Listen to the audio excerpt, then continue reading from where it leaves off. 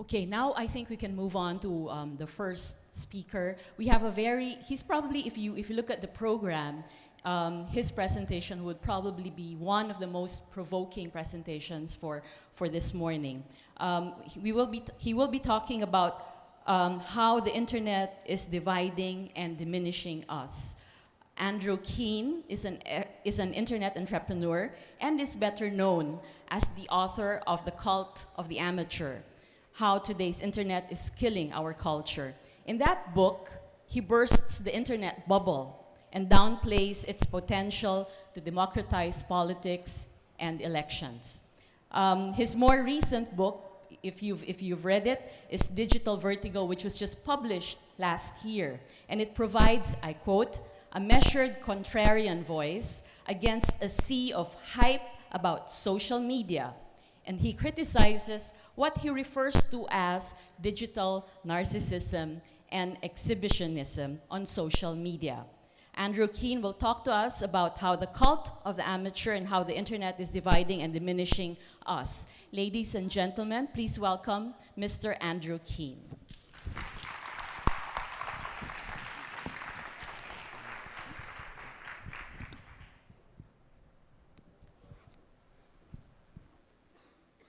Thank you. Have I got 45 minutes, right? I've got a timer.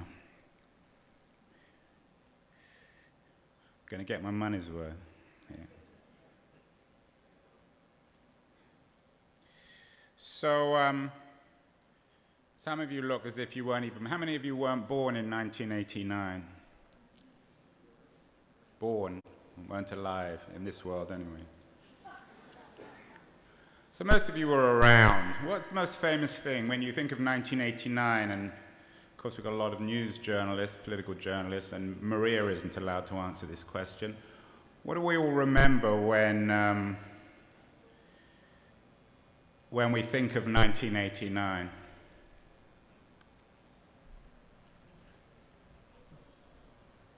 Any ideas what happened in 1989? Sorry, talk up. This is about the internet, so we can make it interactive, right? We're democratizing this. Yeah, say it again, sorry. Yeah, Eastern Europe open, or Eastern Europe. The wall fell down in Berlin, of course. I don't know if maybe Maria was there, but some of you may have been. But when we think 1989, of course, happened 24 years ago. Next year is the 25th anniversary of the fall of the wall, the end, the sort of the symbolic, at least, end of the Cold War. But something else happened in 1989, which at the time no one was reporting. 6 months before the wall fell, a young British computer scientist, some of you may have heard of him, in fact, most of you probably have, a guy called Tim Berners-Lee, PhD from Oxford, was working at a Swiss research institute called CERN. And the internet, of course, existed. It had been created by the US military-industrial complex to actually fight the Soviets in the Cold War. But in March 1989, Tim Berners-Lee came up with the idea of the World Wide Web. He published a white paper, and then in 1990 it became more of a reality.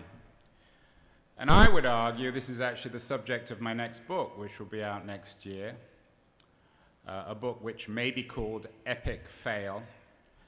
I would argue that over the last 25 years, since 1989, let's assume that I'm talking here in next year in 2014, the most consequential thing to have happened in the world is not the end of the Cold War, not the fall of the Berlin Wall, but actually the invention of the World Wide Web. This is the thing that's changing everything, from politics to culture to economics to individual identity.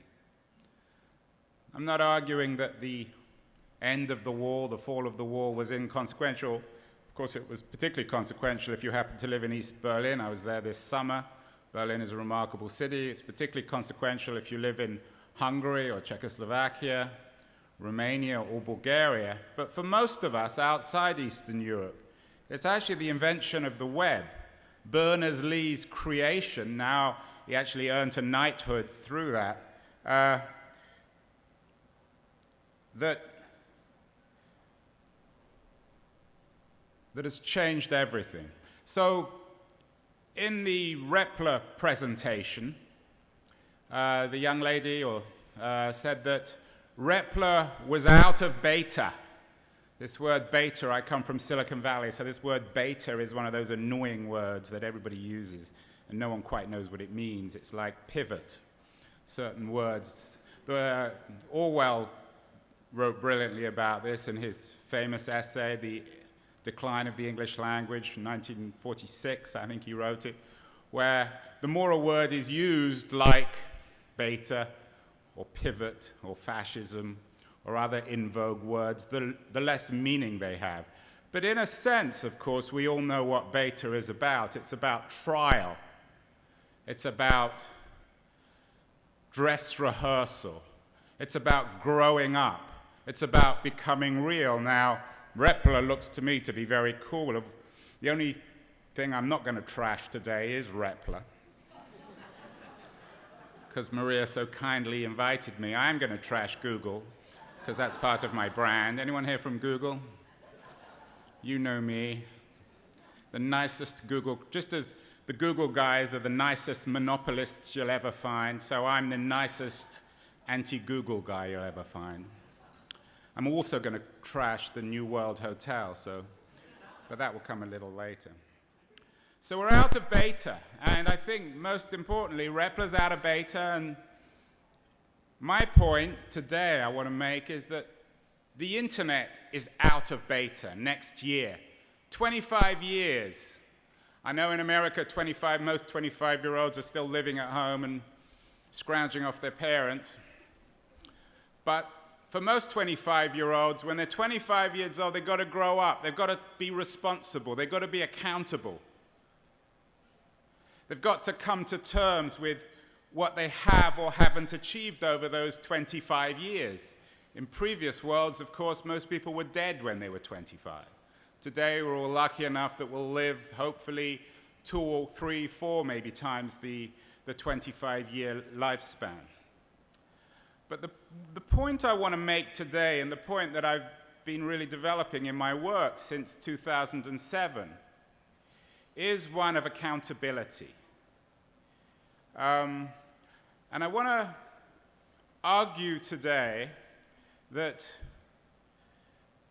the first 25 years of the web experience has, for the most part, been a failure. That's why I'm going to call my new book Epic Fail. It's failed in most respects. It doesn't mean it's significant. It doesn't mean it isn't significant. It doesn't mean it hasn't changed the world. In fact, it has changed the world, and that's why it's so important to have this conversation. That's why it's so important to recognize the current epic failure of the internet. That's why we all need to be accountable, because the internet isn't a person. Even Larry and Sergey, who kind of own the internet, aren't really accountable.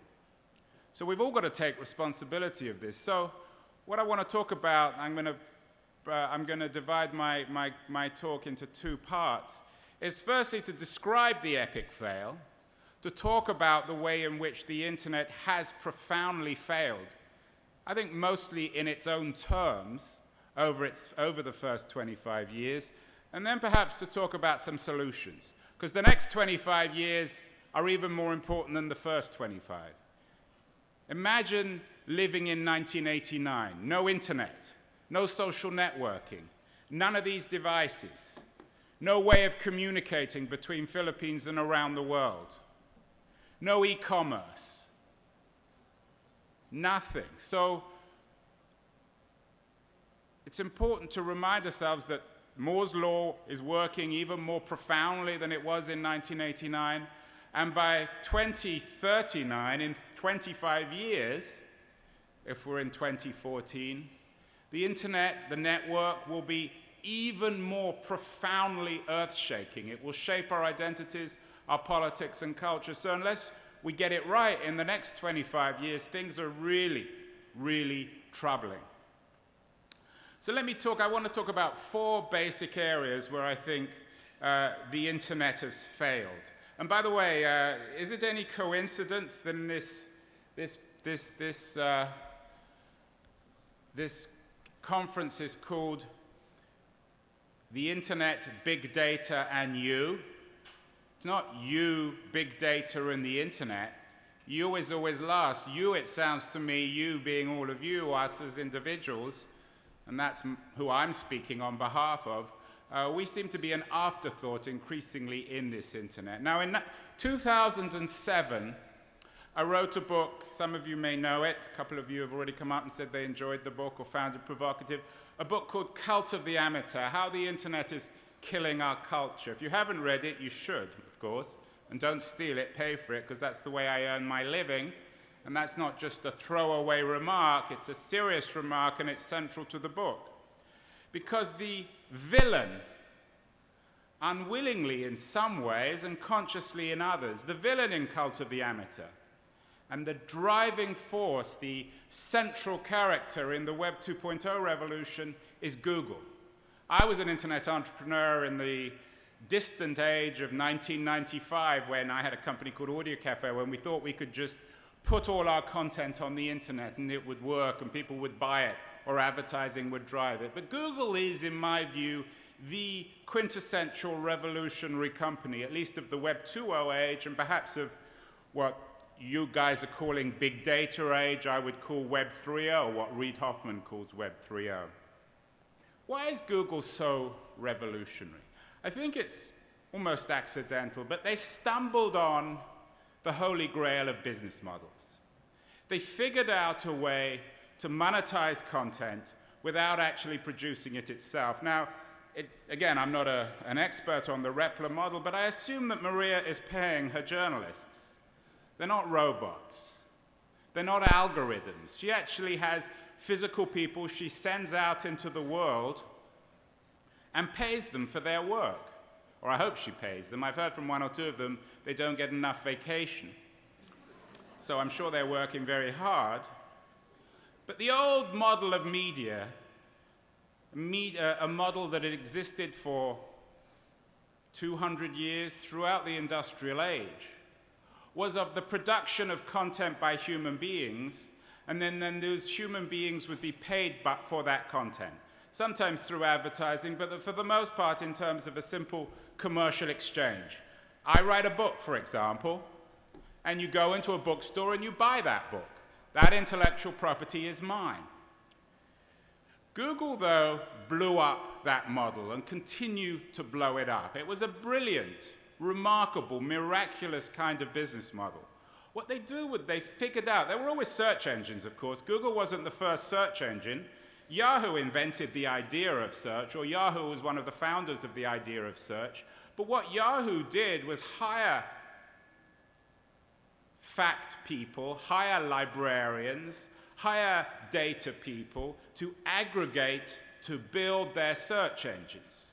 What Google figured out was that they could cleverly leverage our intelligence, our collective intelligence. The more we used the Google search engine, the more intelligent it became. They appropriated, and I use that word carefully with a hint of irony, they appropriated all of our labor. Every time we use Google, it becomes more intelligent. So the Google search engine, which is increasingly ubiquitous, I don't know, what are the numbers in Philippines? How dominant is Google? Any ideas? 1? Yeah, it's number 1, but what's its percentage when, in terms of the market? 60 plus? Which is that? So who's doing the rest of the 40? Because in lots of parts of Europe, it's 90 plus, in Spain and Italy. So Google figured out, so Google, who certainly is a monopolist to some extent in Europe and in other markets, may not be, I don't know if 60% is a monopoly, it certainly makes it incredibly powerful. But what Google figured out to do, Google figured out was a way of creating content without paying for that content. Because as Google had its meteoric economic rise, founded by a couple of brilliant young computer geniuses coming out of Stanford, When Google went public, none of us were paid for our logic. Every time we use Google, we may become richer, symbolically, metaphorically, in terms of knowing more, because Google, and I'm as addicted to Google as anyone. Google is a remarkably good search engine. Google is, in my view, the best search engine. I can't stand it when I have to use Yahoo. But Google figured out a model where they didn't have to create content. When you go to the Google offices, there aren't tens of thousands of Google employees filling out the search engine, refining search. The artificial algorithm, the secret source of the Google economic miracle, is built by all of us. It's user-generated content. Now, Google would acknowledge this, I think. There's nothing underhand, there's nothing evil about this. I don't think it's theft, although some people do. But it's certainly a weird kind of economic arrangement, where we do the heavy lifting. We are the creators of the algorithm, or at least the algorithm's intelligence, and Google reaps the economic benefits. And this was true not only of Google, but throughout the Web 2.0 age. Blogging platforms put up technology which enabled everyone to express themselves. Social media sites, Twitter. The money is in the technology. The money is in enabling us to express ourselves. We can all use blogs for free, but we aren't paid for our labor. Now, the history of Web 2.0, which I'm so critical of, can't exclusively be blamed on Google. Just because Google figured out the business model, or a miraculous business model to monetize all of our content, doesn't mean that they can be blamed for everything. The problem with the Web 2.0 age, as I argue in Cult of the Amateur, is threefold. Firstly, it went along with this cult, this ideal of free content. The notion that if you give your stuff away for free, it somehow ennobles you. Secondly, the web, right from the beginning, but particularly in the Web 2.0 age, has been plagued by piracy, by stealing. With the rise of, and perhaps it's no coincidence that you had Napster come along in 1999, just as Google was being founded. Peer-to-peer technology essentially destroyed the music industry by making content free. Overall, then, as I argue in Cult of the Amateur, we have this ideal of the amateur, a challenge to the traditional authority of journalists, of cultural creators, new business models like Google and blogging platforms, which bring all the wealth to the technologists rather than the creative class. I wrote this book, Cult of the Amateur, in 2007, and it was severely criticized. A lot of people called me an elitist, which I am, proudly, in the sense that I respect talent and argue that the vast majority of people aren't really very creative or interesting and aren't capable of writing a good song, a good book, or making a good movie. The masses are generally untalented. Doesn't make them bad people, but it means that most of their stuff is worthless. My proof is all you have to do is go to Facebook or Twitter to see this. You laugh nervously, but I think you all know it's true. The overall, then, implication was of cultural decay. Harder and harder for writers, musicians, filmmakers, television people to make content, to monetize their content. In a culture where free was everything, and Google, of course, was a company that promoted this idea of free content. They suggested it was ennobling. It was easy for them to do it because, of course, Google had figured out a remarkable business model. They give their search engine away for free, which is a collation of our intelligence, and they build advertising around it. Advertising then became the dominant business model in Web 2.0. It's driven the most valuable of all these online Web 2.0 companies, from Google to Flickr, to Instagram, to Facebook, to Twitter. All these companies give away their technology for free and monetize themselves through the sale of advertising. Now, I would argue and I did argue in 2007, I continue to argue today, that this has generally been a bad thing for the creative industries. It's bad for a couple of reasons. Firstly, Google has tended to commodify advertising, which means the price of advertising has been driven lower and lower. I had a startup in the 90s called Audio Cafe that was also built on advertising, but we thought we could just translate the old metrics of physical media advertising to the online space, but we were wrong. Jeff Zucker, when he was at NBC, summed it up brilliantly. He said the dollars from physical and analog media advertising are translated miraculously, or I don't know what the word is, in a nightmarish sense, into pennies. So you made the dollars in physical media and only pennies in digital media. So the model doesn't work. Digital doesn't support the creative industries. It doesn't support high-quality content.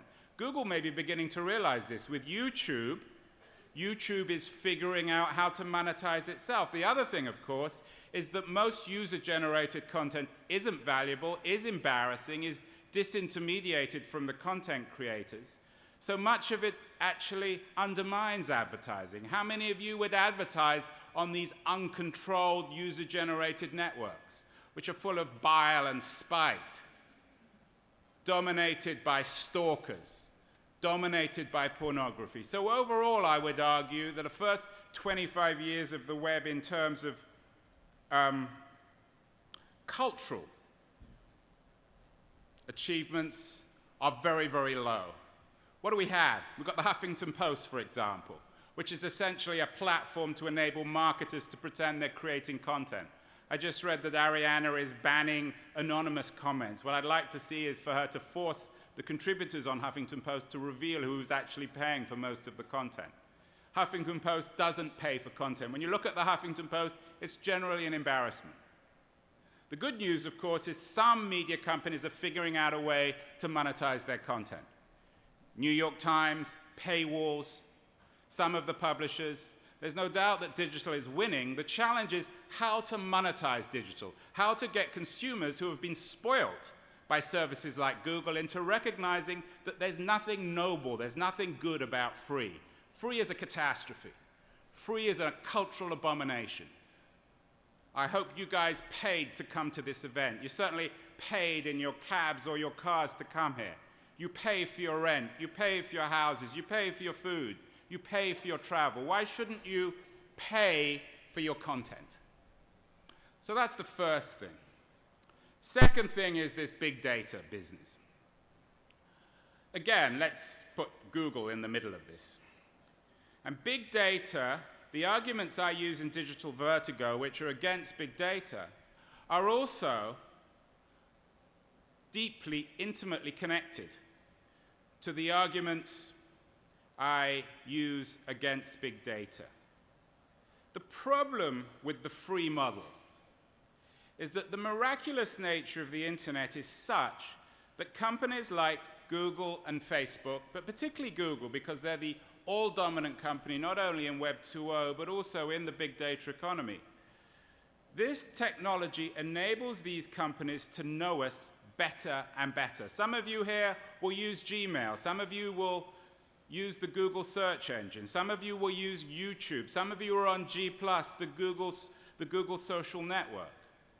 Eric Schmidt, the executive chairman of Google a few years ago, said, he was asked by the Financial Times where he wanted Google to be in a few years. He said, I want us to be at a point where we know our users better than they know themselves, that we know what they want to do when they get up in the morning.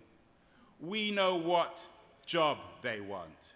Now, some of you smile nervously, but many of you know that actually Google probably does know more about us than we know ourselves. What's the connection between this and my critique of Cult of the Amateur? The connection, of course, is that Google relies on advertising, but Google isn't a traditional advertising company. The old cliche in advertising was put forward by advertising executives. We spend, 100 million on advertising every year. 50% of it is entirely wasted, but we don't know which 50%. The nature of internet advertising, of course, is more and more personalized. Google doesn't just know us collectively, they know us individually. They know everything about us. They know what we search for. They know the nature of our emails. I'm not saying that Larry and Sergey are sitting in Mountain View, rubbing their hands, personally looking at all of our emails. They're too busy for that. They have too much money for that. And Google isn't that kind of evil company in a big brother kind of way. It's not a 20th century totalitarian kind of company. It has no correct path, no ideological purity. Nor does Facebook, nor does Twitter. But the nature of the internet, the nature of the free economy, is one in which we reveal everything about ourselves, everything we go online. And the value of these companies, the reasons why the metrics translate into such enormous sums, why Facebook now is worth about $100 billion on the market, why Google, I think, will probably be the first trillion-dollar company, why Instagram sold for $1 billion, why Tumblr sold for around that as well, even though neither of them had coherent business models, is because they know more and more about the user. We have struck, willingly or unwillingly, a Faustian bargain with the big tech, the big data companies on the network. We have gladly used this, and the technology is great. Instagram's great, Facebook's great, Twitter's great, Google is a remarkable product. But we have unwittingly, some of us, and others of us seem happy to do so, we have embraced the idea that we can get all this stuff for free, and they know more and more about us. So the advertising, which drives all these companies, reflect us. It's no coincidence that every time you look at an ad on one of these networks that you know all the time, that ad seems to know what you want. Surprise, surprise, that hotel, that airline that you like, that kind of food you like. Now, some of you might say, well, that's great. I only want to see advertising that I like. But do you really want these companies in this big data age to become more and more intimate with you? Do you want them literally to become Big Brother? We've had the scandal of the NSA in the US. Everyone's very, very uncomfortable about the US government spying on everyone. These big data companies aren't spying in the same sense. They're not looking at us for our ideological purity. They're not poring over our emails to check if we're members of Al-Qaeda. But they do want to know us. They have this thirst for intimacy because that's how they make their money. The more intimate they are with us, the more valuable they are. It's no coincidence, again, that as big data becomes more and more central in the architecture of modern life, we reveal more and more about ourselves. Could anyone be surprised that Google is now pioneering two of the most remarkably innovative technologies coming out of Silicon Valley? Google Glass, where we put on these spectacles and they record everything that we see, and self-driving cars, which are now zooming up and down 101 in San Francisco. These are realities. But why is wearable computing and self-driving cars, well, I can understand some of their attractions, why are they so eerie, so creepy? What's so scary about this big data is because Google's recording everything that we see. They become our eyes. They become our feet when we drive in a self-driving car. Data is the new oil in the 21st century. Unfortunately, that's not my phrase. It was the one of an EU commissioner. But it's true. The new power is in data. We are all increasingly defining ourselves according to data. And it's deeply troubling, as this NSA scandal reveals, and as indeed the intimacy between many of the large tech companies and the US government reveals. We're losing our privacy. We're revealing everything about ourselves on the network.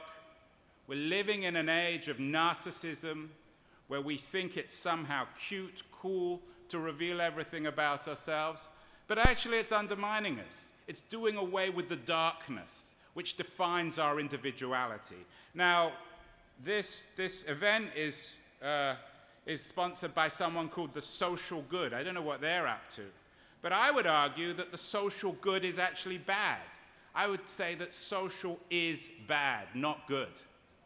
This cult, my first book was Cult of the Amateur, which was a critique of user-generated content in Web 2.0. Digital vertigo could have been called, and some publishers actually wanted to call it the cult of the social. The idea that everything should be social and can be social. Collaboration, sharing. It's not just Google and Facebook. Every company coming out of Silicon Valley now is by definition social. Everything is about sharing, from movies to books to our movements, Foursquare, social location, social airlines.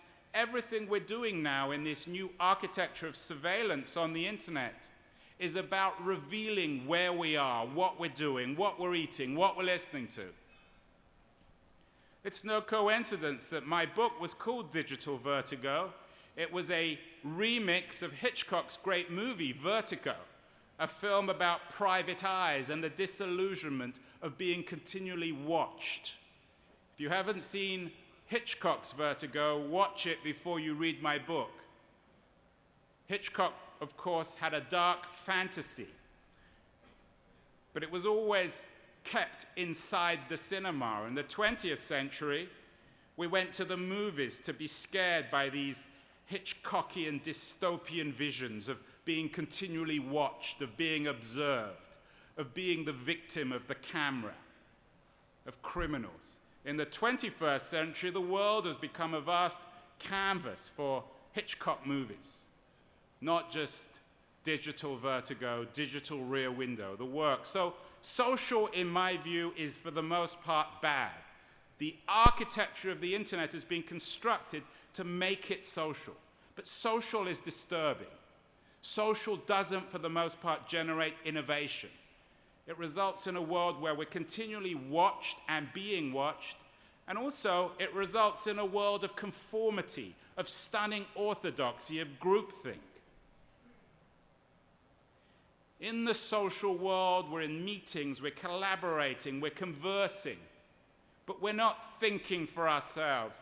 I made this kind of speech in the TED conference in Belgium last year. And after I spoke, I used the example of a man, young at the time, in the early 1980s, who reinvented the world. His name, of course, was Steve Wozniak, not Steve Jobs. The brains behind Steve Jobs was Steve Wozniak, the young man at the time who invented the personal computer. And I used the Wozniak model to prove why social is so dangerous, so against innovation. Because how did Wozniak invent the personal computer? Did he sit around tables? Did he collaborate? Did he go on networks? Did he talk endlessly to other people? No, he's too smart for that. Too much of an original thinker. How did Wozniak create the personal computer? The very driver, the foundation of all these miraculous developments over the last 25 years, actually over the last 50 years. He did it by hiding in a room, by working the night shift at a gaming company in Silicon Valley and thinking for himself. I made that speech before Wozniak spoke, and afterwards he came up to me and said, and this was the biggest compliment I ever got, he said, "Your speech brought me to tears because you're right."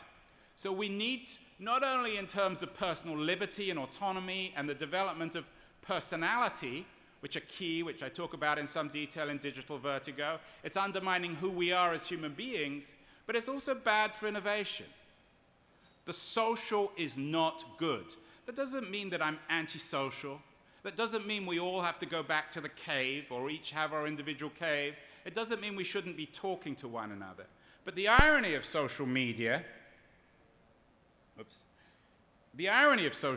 as I argue in Digital Vertigo, is actually fragmenting us, creating more and more isolated individuals, more and more atomization and anomie, because the so-called social networks are actually mostly extensions of narcissistic individuals who are less and less able to actually talk to other people. So the real consequence of social media is weak individuals, and weak individuals create weak societies. So we need to strengthen the individual to create stronger social structures. Can't blame everything on the internet.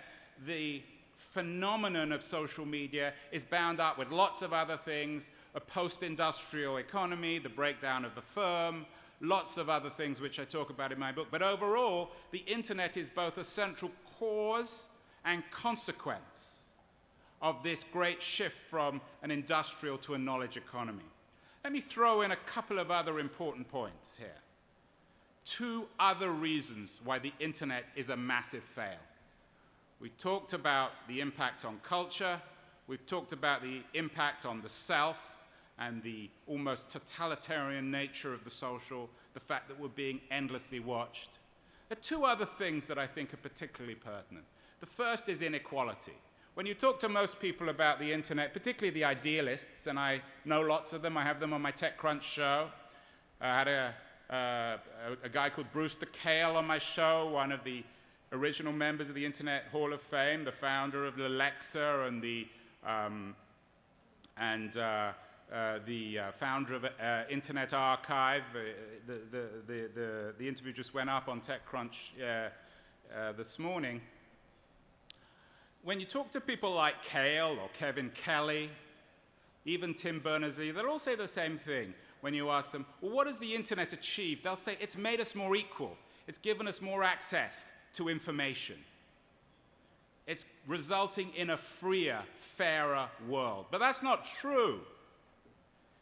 The nature of the internet economy, particularly the advertising-centric economy, is it's creating vast new inequalities, new monopolies. Again, without wishing to pick on Google, they are the classic example.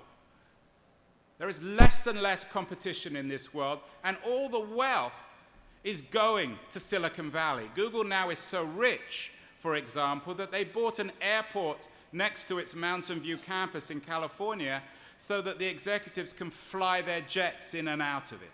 What we're seeing is that great sucking sound you hear is the shift from content, from the traditional economy to technology.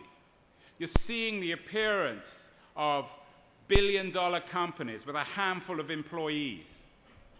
You're seeing more and more inequality in terms of access to real knowledge. You're seeing more and more of a crisis in inequality, which is, again, not only caused by the internet. Wall Street has a role here, other aspects of the economy, but the internet is a central driver. It's no coincidence that we're seeing the disappearance of the middle class, just as the same time as the internet is becoming the dominant platform for 21st century life. It's undermining more and more middle-class jobs. Teachers now, as the digital revolution spreads from media to education, to driving, to transportation, to healthcare, to energy, we're going to see a similar assault on the professional industrial middle class that journalists have experienced or music producers have experienced with teachers, for example. The digital revolution is undermining or will undermine the teaching profession. You will see the appearance of a tiny group of superstar teachers who dominate e-learning, the disappearance of the middle, and then the appearance again of this lumpen proletariat of free teachers or free content creators at the bottom. The mass society is fragmenting, which in some ways intellectually might be intriguing and exciting, but in other ways is very troubling. It's no coincidence then that the digital revolution is undermining the kind of economic equality that defined mass society, mass industrial society. Finally, the question of labor, of how we earn our living. The network is undermining most traditional forms of industrial labor. We're seeing now, for example, the appearance of 3D printers, which will essentially make labor redundant, traditional factory labor redundant, by enabling all of us to have little mini factories on our desks. Now, with software, with the network, we're all going to become producers. Just as the content revolution made more and more journalists unemployed, undermined record producers, replaced technology with many editorial functions, just as Google has essentially made all librarians redundant in one fell swoop. So these 3D printers will make factory workers ultimately redundant. We're living then in a dramatic revolutionary age, an age where all the certainties of the 20th century have been swept away. Exciting, of course, in many respects, probably particularly for most of us who are investors or executives and will benefit from that. But for most people, indeed for most Filipinos who have been swept unknowingly and unwillingly into this revolution, it's much less reassuring. So what is to be done? There are two ways of dealing with this revolution. A revolution whose pace is heightening. It's getting faster and faster and faster, and will continue to accelerate for the next 25 years as technology, as technological innovation, as Google Glass, as self-driving cars, as wearable computing. I just saw a thing this morning that said, the Apple Watch will record everything we say. As all these things become more of a reality. So there's two options as the internet comes out of beta. The first is to do nothing. The first is to say, this is great, this is fine, this is another industrial revolution, and it's just the nature of things. Things will work themselves out. The market is ideal. The market always wins. The market is the best mechanism for all this dramatic social change. That's the argument of libertarians. And libertarians tend to dominate Silicon Valley. Classic example of one is Peter Thiel, the guy who made all his money at PayPal, the original investor in Facebook, one of the great geniuses of Silicon Valley, but a hardcore libertarian, actually the guy who's bankrolling the election of Ron Paul, the guy behind the Ron Paul phenomenon in the United States. Lots of other libertarians, from Kevin Kelly to Chris Anderson to the guys at Google, they think the market works. But as I have suggested in this speech and in a lot of my work, the market doesn't work. The market doesn't work because it creates social unrest, social and cultural decay, inequality, unemployment. And just as in the Industrial Revolution, you needed external forces. You need external authority. The guys in the internet, the founders, the pioneers, they all boast about this idea that the internet undermines authority. It's all edge and no center.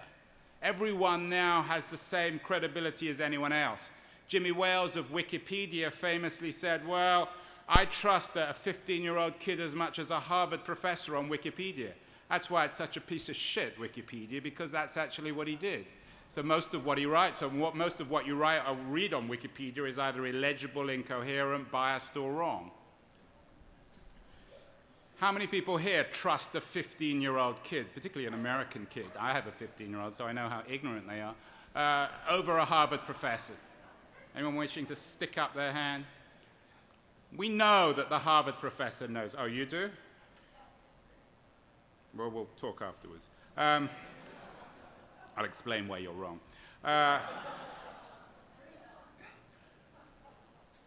Classic American libertarian, of course. Do you have children? No, you don't. You don't know how little a 15-year-old knows. I have an 11-year-old as well who knows even less. So what's the option?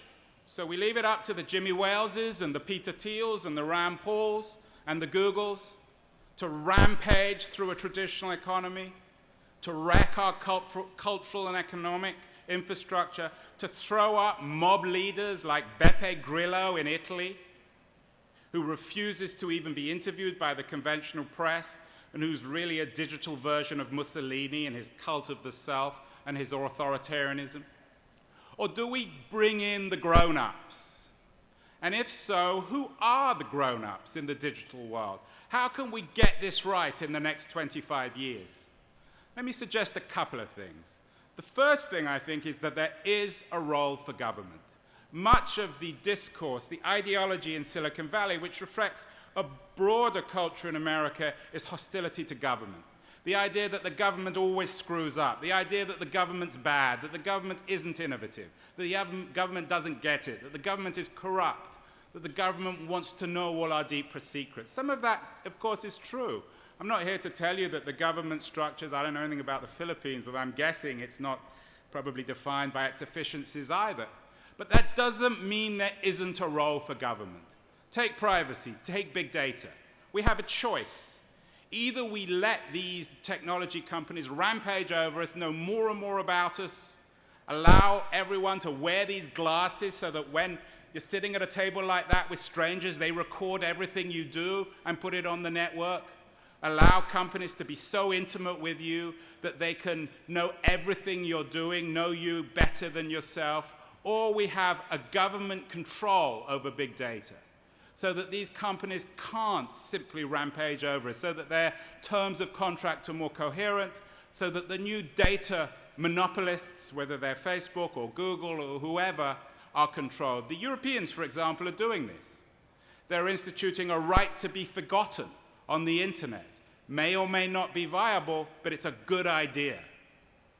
We've got to teach the internet. In the film The Social Network, the fictional version of Sean Parker, the original president of Facebook, said, first we lived in villages, then we lived in towns, now we live on the internet. It's true. We're living on this platform. We're not living in the internet, we're living on it as a platform.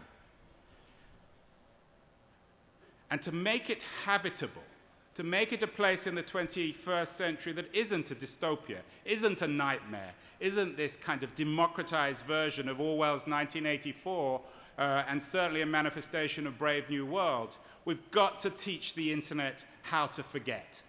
We've got to teach the internet that forgetting, darkness, secrecy, mystery are essential to the human condition.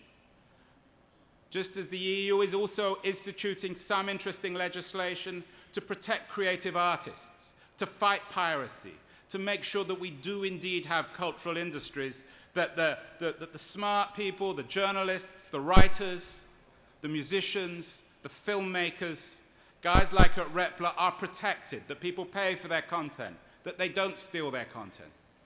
And finally, and I think this is the most important point I'll make, please wrap. So here's the wrap. These companies are coming out of beta. So if you are from Google, if you are from Facebook, guys, it's time to grow up. It's time to get together and be more responsible. It's not all going to come from government, or if you don't want it all to come from government, you've got to become more accountable for the world that you're creating. The ironic thing about the internet, with its culture of edge and its sort of orthodox challenge to all forms of authority, is that the powers that be on the internet don't recognize themselves as powers that be. They hide behind their technologies. So the guys at Google will never acknowledge their power. But Google is now the most powerful company in the world, impacting on many industries, from publishing to automotive to knowledge to the music industry to the movie industry. Not just Google, many other companies too. It's time then for these companies outside the authority of government to act more responsibly. And we're already seeing this. My talk isn't entirely pessimistic. We're seeing it in the cultural industry. We're seeing now coalitions of companies like Google and Microsoft and Yahoo fighting piracy, making sure that people don't steal content. We're seeing the way in which Google now, which had been, I think, an intrinsic enemy of the creative industries, from the RIAA to the MPAA in America, actually working with them to understand that they have a responsibility, that they are accountable.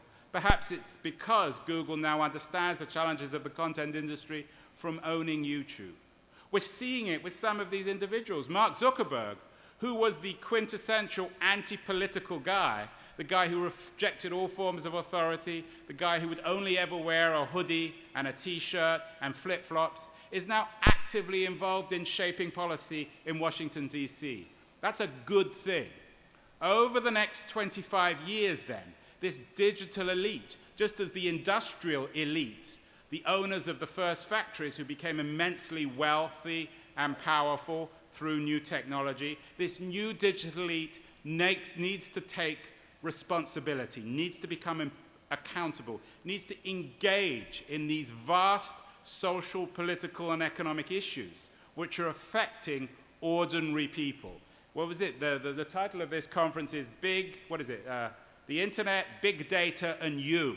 You is always the footnote, even if Time magazine made you in an awful blunder the Person of the Year in 2007. You was always, of course, these technology companies, or how these technology companies defined us. For you, for us, to actually have equal billing with big data and the internet and social media.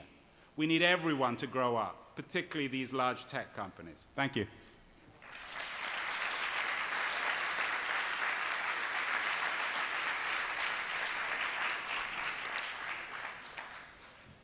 Are we done?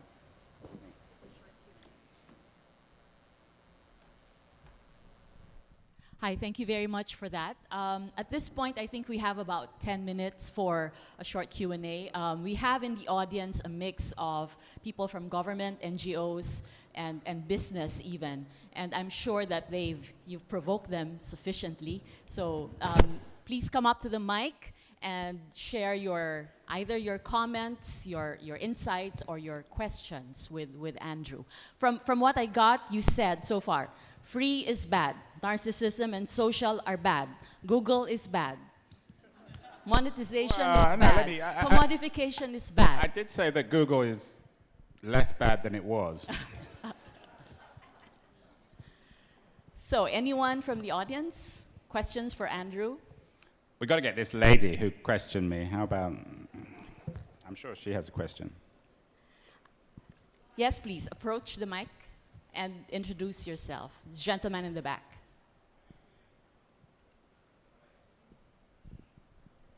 Hi, good morning. My name is Charles Veloso. I'm actually a lawyer. I'm with Kisumbing Torres, Manila.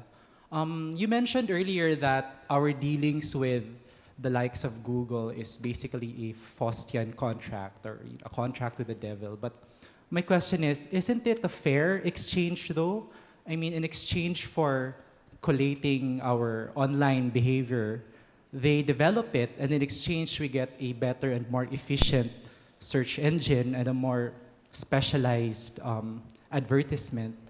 And it's not, from my perspective, it takes a lot of innovation and creativity to come up with this technology. So, and then my point is, it's not, the exchange is not necessarily monetary, but in terms of the service that these companies provide to us. That's a good question, and it's a fair question, and I think some people acknowledge it's a fair exchange, but I would say a couple of things. Firstly, and this is partly consumers' fault, just as maybe I didn't say it in my speech, consumers need to grow up too. The reason I use Vertigo for my book is it's about an ordinary guy who falls in love with a beautiful blonde. Now, we all know that beautiful blondes don't really exist, and if they do, they don't fall in love with ordinary men. And it's about how this man is actually, the beautiful blonde didn't turn out to be a beautiful blonde. She turned out to be a brunette, a shop girl from Kansas who exploited and a murderer. And so it's time for consumers to recognize that when something's too good to be true, it isn't true. It's time for consumers to understand that when you have these remarkably valuable services that are free, there has to be something behind it. And most consumers don't understand that. That's partly because most consumers are kind of lazy. They don't read the terms of contract. They don't want to know. So I think your question is a fair one. What I would say in terms of criticizing some of these big data companies is that they're not really willing to acknowledge their business model. When you listen to somebody like Mark Zuckerberg, for example, if you say, well, Mark, what's behind Facebook? He said, we're uniting the human race. We're bringing everyone together. We're making everyone social. But that's not true. The purpose of Facebook is to extract our data. Now, that doesn't mean, of course, that he should put it quite in those terms. But I think that this idea in Silicon Valley that you can be rich and good at the same time is a load of crap. You can't be. The reality of these big data companies is that they're just as self-interested as big pharma companies or manufacturers of military weapons, or any other large company, and that they need to stop kind of mythologizing technology. All this technology isn't about improving the world, making the world a better, fairer, more accessible place. It's about benefiting these companies. So, but if we could have more educated consumers would be a good thing. And I think you're right. I think there are some consumers who would make that exchange. Just as a matter of interest here, how many people are happy with that exchange? How many people are happy that these companies know more and more about us, and in exchange that we get to use these remarkable technologies, and in exchange these companies are more and more intimate with what we get up to? How many people like that and are willing to do it? Nobody? Well, that's surprising. One. There's some people raising their hands over there. A couple. So I think one other solution would be, and I've made this challenge to Zuckerberg, not that he listens to what I say, but I said, why doesn't Facebook come up with a product that charges $20 a year or $5 a month, which guarantees protection of my data? I would like to see that option. I would like Google to provide that option.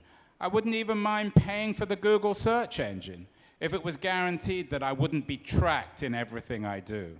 What you're seeing, and this is interesting in Silicon Valley, and this may interest some investors and entrepreneurs in the audience too, is we're seeing, especially since the NSA scandal, the appearance of successful privacy-centric tech companies. There's a search engine called DuckDuckGo in New York, for example. It's founded by Fred Wilson, one of the best-known New York investors. It's the anti-Google. They guarantee that they never look at our data.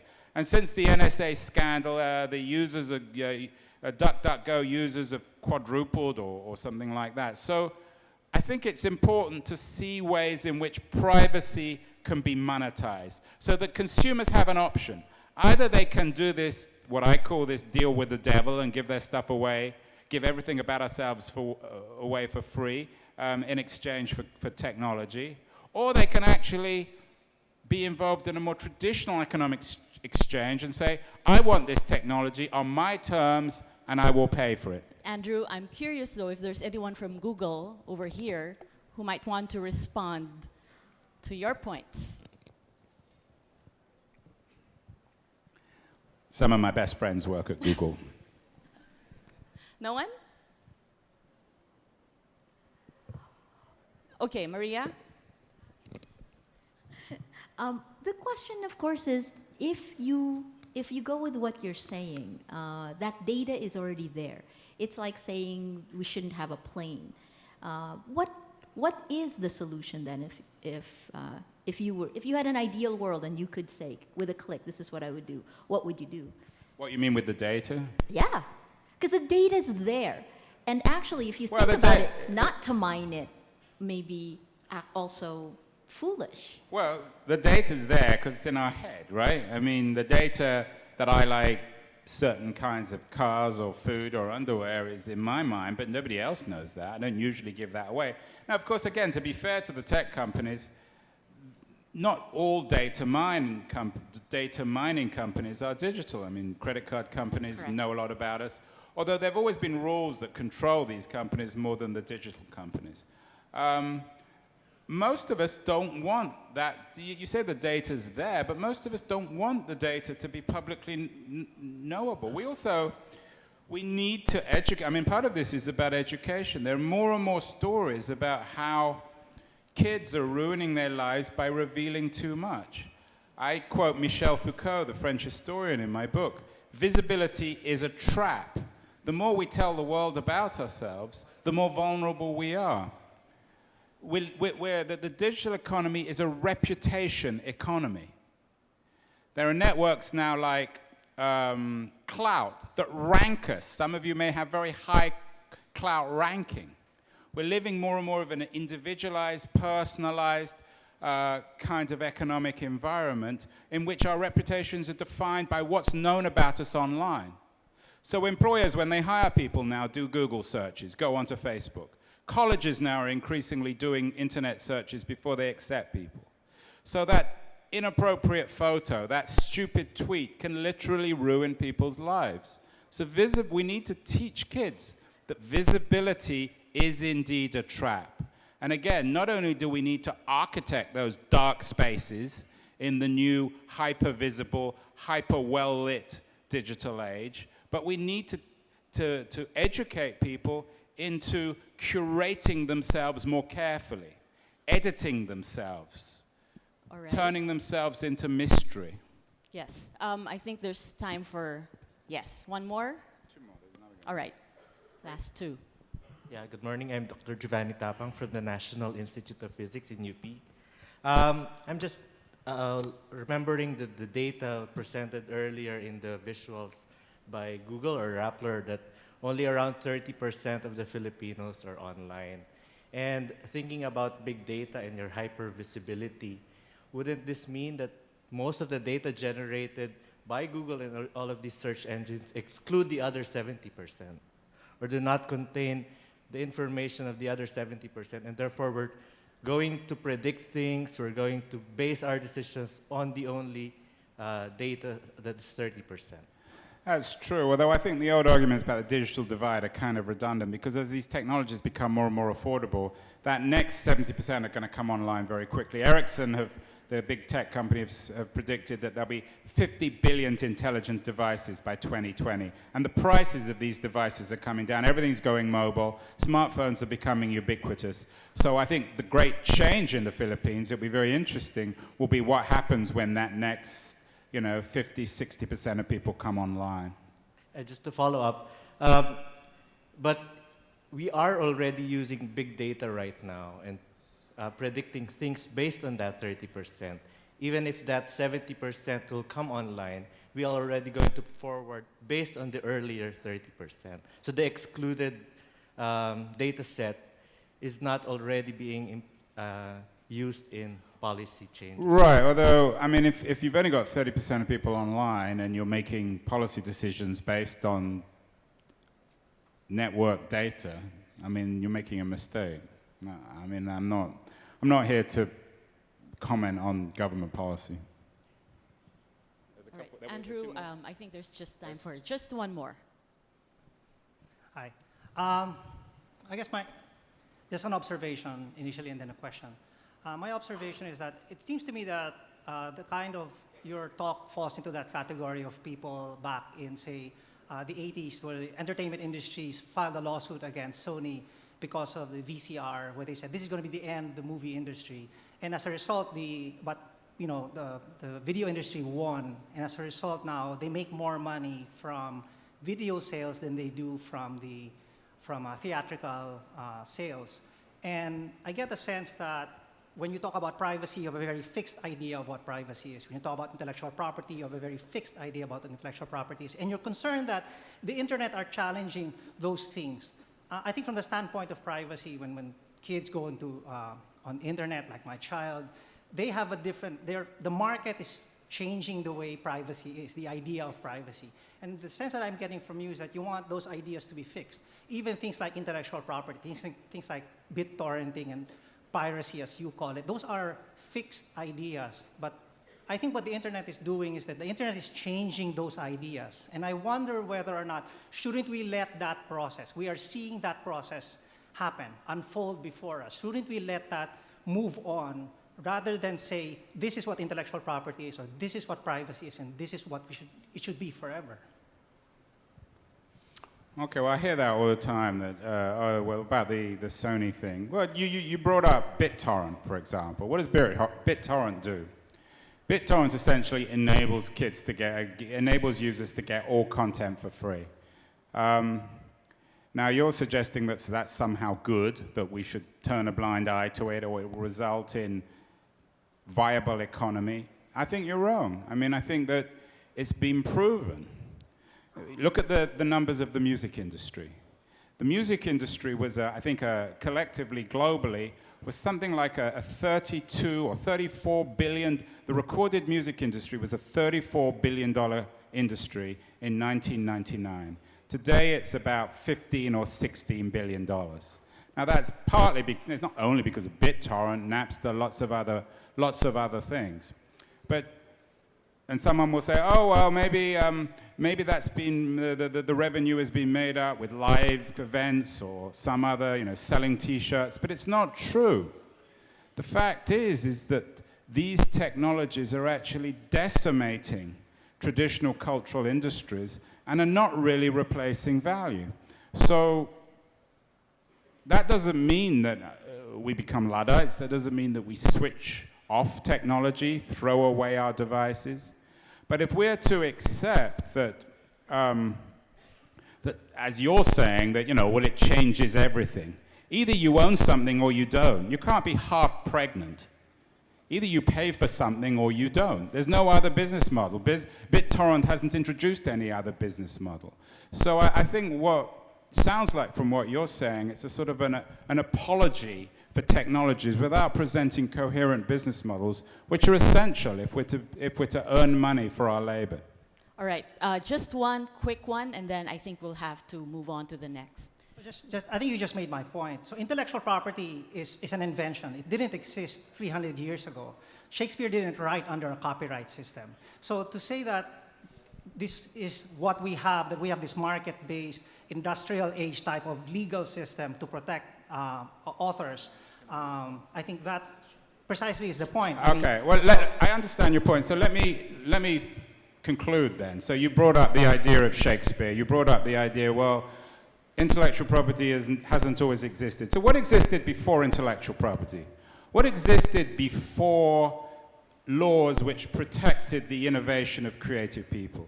Essentially, creative people, whether they were artists or writers or poets, would have to rely on wealthy people for their patronage.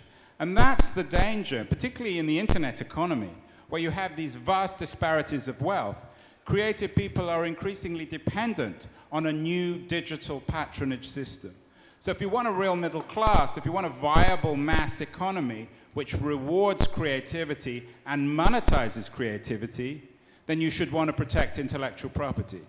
If you want to create a patronage system where wealthy people at their whim supports creative people, then do away with intellectual property. It's your choice. All right, I think there's still a lot of comments and questions, but there will be a coffee break and there will be lunch later. You can approach Andrew and come up to him and share tell him whether you agree or not. But thank you very much, Andrew. We move on to the next speaker.